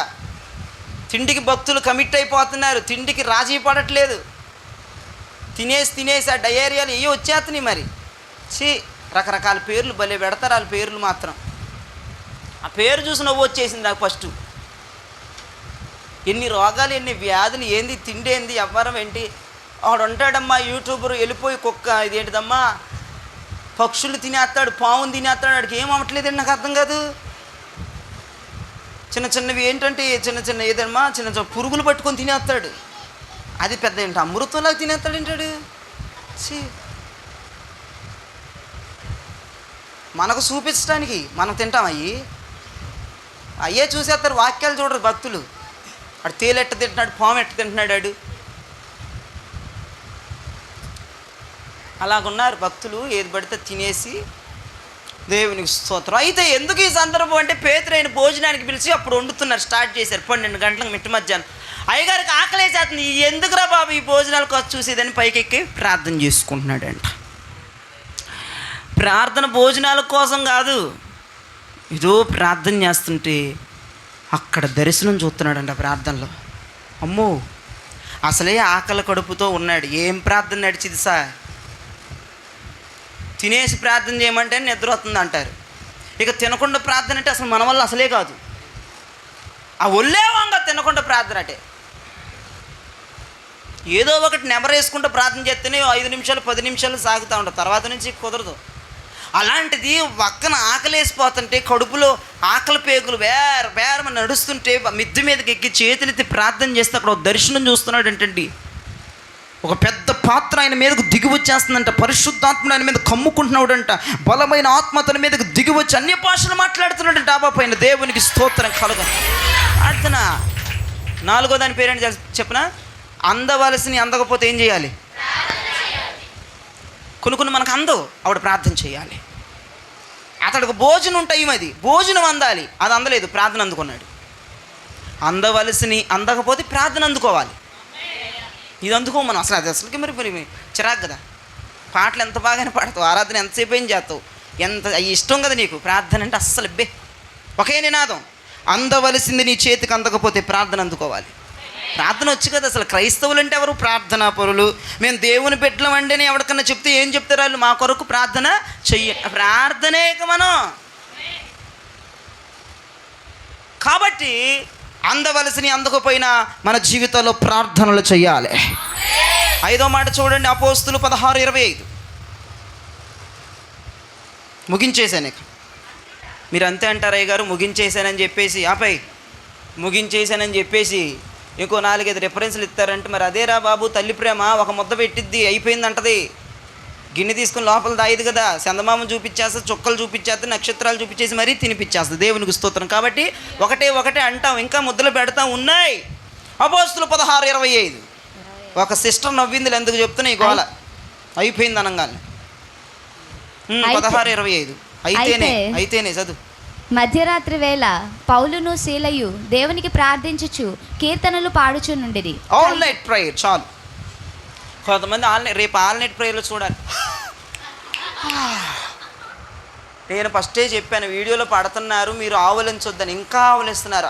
మరి అమ్మో చెప్పలేము. ఇక ఇటోళ్ళే బాగాను, అటోళ్ళు కవర్ అవ్వట్లేదు, కొంచెమే కవర్ అవుతున్నారు.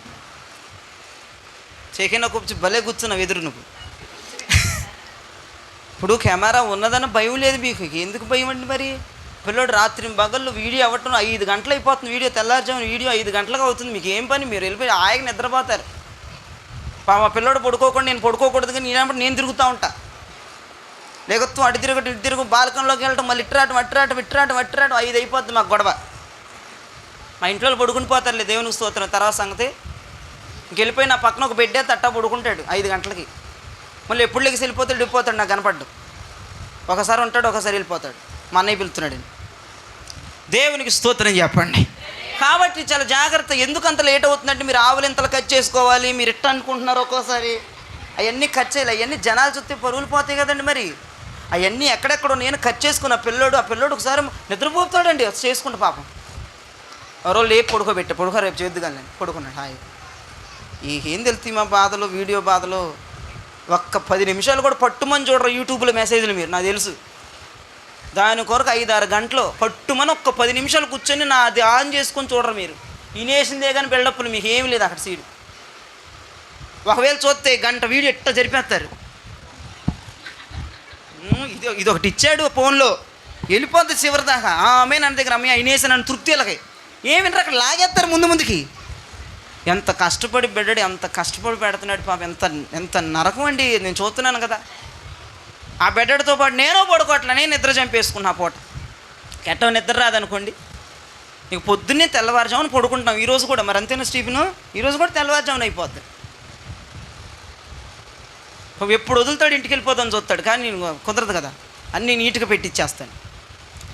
అది ఇప్పుడు ఏం చెప్తున్నాను నేను, అర్ధరాత్రి పూట 12 గంటలకు పోలీసులు ప్రార్థన చేస్తాను. ఎక్కడ బొండ వేసి కాళ్ళకుంటే, సంఖ్యలు వేసి చేతులుకుంటే ప్రార్థనలు చేస్తున్నారు, పాటలు పాడుతున్నారు. అక్కడ భూకంపం వచ్చేసింది. దీనికి ఏం టైట్లు? ప్రతి సమయంలో ప్రార్థన చేయాలనండి. ఏ సమయమందైనా,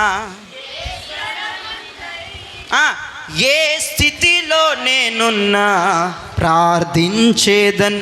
వాక్యానుసారంగా మార్చేసుకోవాలి పాట, మళ్ళీ ఎవడు కొట్టడు. ఆరాధనా నా ప్రియుడైన యేసుకే ఆరాధనా.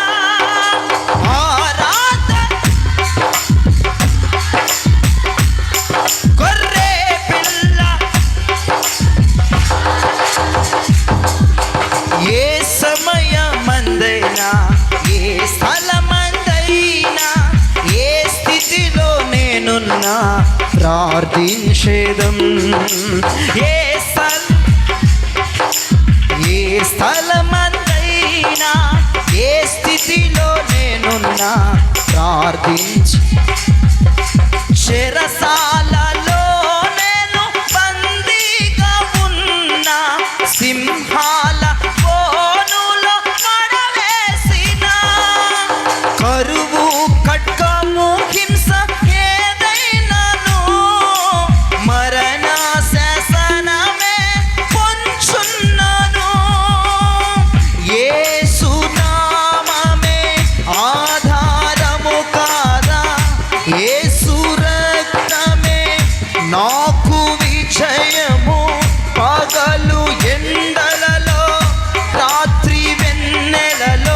కునుకక కాపాడు యేసు దేవునికే ఆరాధన ఆరాధన. నా ప్రియుడైన ఆరాధన. గొర్రె పిల్ల నా జీవనాధారం శ్రీయేసుడే. నా స్తుతికి పాత్రుడు ప్రభు క్రీస్తుడే. తన చేతులతో నన్ను నిర్మించగా నా సృష్టికర్తను కొనియాడేదా. యెహోవా రాఫా నన్ను స్వస్థపరచెను. యెహోవా షమ్మా నాకు తోడుగా. యెహోవా నిస్సి నాకు ధ్వజముగా. అల్ఫా ఒమేగా ఆది దేవునికే ఆరాధన ఆరాధన. నా ప్రియుడైన ప్రార్థించే గుంపులగాలి ఆరాధన. గొర్రె పిల్ల క్రీస్తుకే ఏ సమయమందైనా ఏ స్థితిలో నేనున్నా ప్రార్థించేదా. ఏ సమయమందైనా ఏ స్థలమందైనా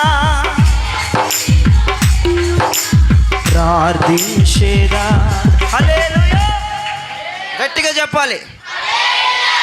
అక్కడ పౌలు శీలలు ఇంట్లో లేరు, చర్చిలో లేరు, జైల్లో చెరసాల్లో ఉన్నారు. అయినా వారు ప్రార్థించారు. ప్రతి సమయంలో మనం ఏం చేయాలి? ప్రార్థన చేయాలి. హల్లెలూయా. కాబట్టి 5 మాటలు మీరు జ్ఞాపకంలో పెట్టుకోవాలి. మొదటి మాట, ప్రతి సమస్యకు ప్రార్థన చేయాలి. రెండో మాట, ప్రతి ఇబ్బందికరమైన పోరాటాల్లో ప్రార్థన చేయాలి. మూడో మాట, పరిస్థితులు చేదాటిపోయిన సమయాల్లో ప్రార్థన చేయాలి. నాలుగో మాట, అందవలసినవి అందకపోయినా ప్రార్థన చేయాలి. ఐదో మాట, ప్రతి సమయంలో ప్రార్థన చేయాలి. ప్రార్థన చాలా శక్తివంతమైనది. ప్రార్థన చాలా బలవంతమైనది. ఓకే, ఒక్కొక్క మాట 3 సార్లు చెప్పుకుందాం, మీకు గుర్తుండిపోద్ది.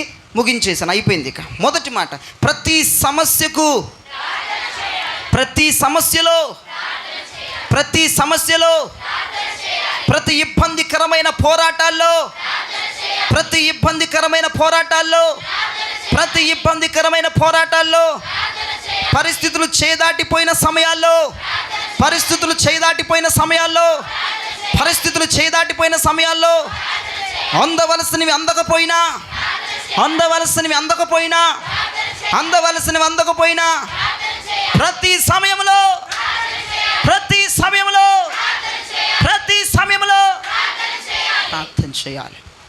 ప్రార్థన శక్తివంతమైనది. ప్రార్థన మానలేని స్థితిని సంపాదించుకోవాలి. ఒకటే చెప్తున్నా, 380 120 7001 24 లక్షల 6 లక్షల. ఏ గుర్తుపెట్టు, 7000 మంది గుంపులో నేను ఉండను, 380 మంది గుంపులో నేను ఉండను, 24 లక్షల మంది గుంపులో నేను ఉండను. అని ఏం చేస్తావు? 120 మంది గుంపులో ఆ ఒక్కడి వెనకాల 6 లక్షల మంది గుంపులో నేను ఉంటాను. అవి ఏంటి, ఏం చేస్తారు వాళ్ళంటే ప్రార్థన, దేవుని కొరకు రోషం. ప్రార్థన మానలేని స్థితిని సంపాదించుకుందాం. ఆదిమ అపోస్తుల సంఘ బిడ్డలు ప్రార్థన చేయటములో గంటల తరబడి ప్రార్థన చేసేవాళ్ళట. ఏదన్నా సమస్య రంగాల్ని గుర్తుకు రావాల్సింది ఎవరు? మీ చుట్టాలో, మీ బామర్దో, మీ బావో, మీ మామయ్యలో, వీళ్ళు కాదు.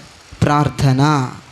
నేను చెప్తున్నాను, ఫ్రాంక్గా చెప్తున్నాను, నిజంగా చెప్తున్నాను, ఎవ్వరి వల్ల ఈ రోజుల్లో ఏమీ కాదు. నేను చెప్తున్నాను, ఇక రానున్న దినాల్లో ఇంకా బాగా బీభత్సం అయిపోద్ది ప్రపంచం అంతా.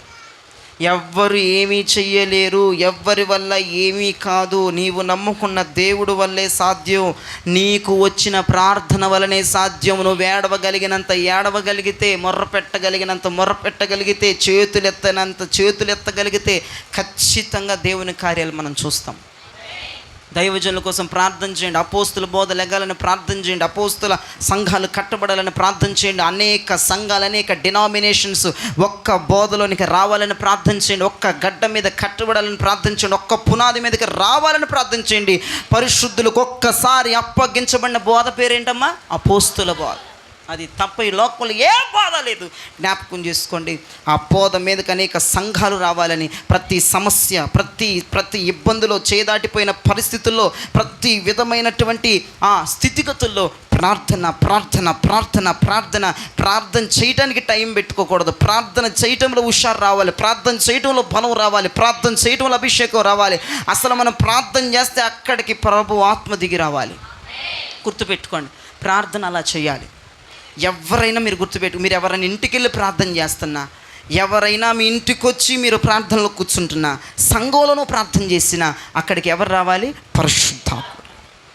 అపోస్తులు సంఘం ఎక్కడికి వెళ్ళి ప్రార్థన చేసినా అక్కడ పరిశుద్ధాత్ముడు వచ్చేవాడట. అంటే వాళ్ళ ప్రార్థన దేవునిని పరలోకంలో కూర్చొనిచ్చేది కాదు. వాళ్ళ ప్రార్థన దేవదూతల్ని పరలోకంలో ఉండనిచ్చేది కాదు. వాళ్ళ ప్రార్థన పరలోక సర్కిల్ అంతా భూమి మీదకి దింపేస్తుందంట. పరలోకంలో ఉన్నటువంటి ప్రతి సైన్యాన్ని భూమి మీదకి దింపిద్దంట. పరలోకంలో ఉన్న ప్రతి ఒక్క పరిస్థితులను వాళ్ళు భూమి మీదకి దింపుతారు. వాళ్ళ ప్రార్థన అంత బలమైనది. మళ్ళీ చెప్తున్నాను, మనస్సుతో ప్రార్థన చేయాలి, మనస్సులో ప్రార్థన చేయకూడదు.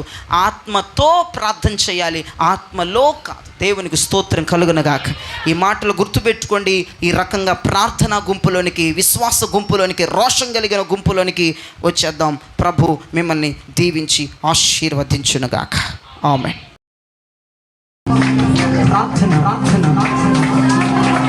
మనకి విజయం మీ చేతుల పై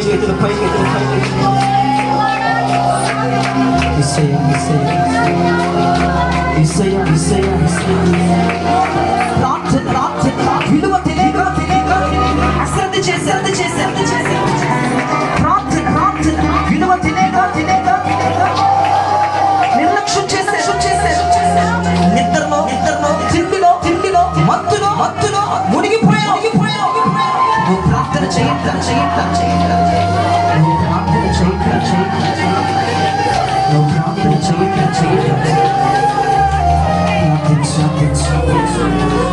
ఈరోజే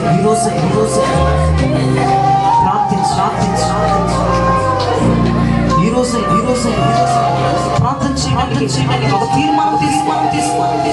ఎలాంటి ప్రార్థన అది ఎలాంటి ప్రార్థన? ఎలాంటి ప్రార్థన చేశారు? అలాంటి ప్రార్థన మనం చేయాలి. వారు ప్రార్థించిన ప్రభుత్వాలు వణికిపోయాయి. వారు ప్రార్థించి దైవజనులు జైల్లో ఉన్న దైవజనులు విడిపించబడి వారు ప్రార్థించి ఆటంకాలు తొలగిపోయి ప్రార్థించి చేయదాటిపోయిన పరిస్థితులు మళ్ళా తిరిగి వచ్చాయి. వాళ్ళు ప్రార్థించి అందవలసిన సమస్త అందిన వారు ప్రార్థించి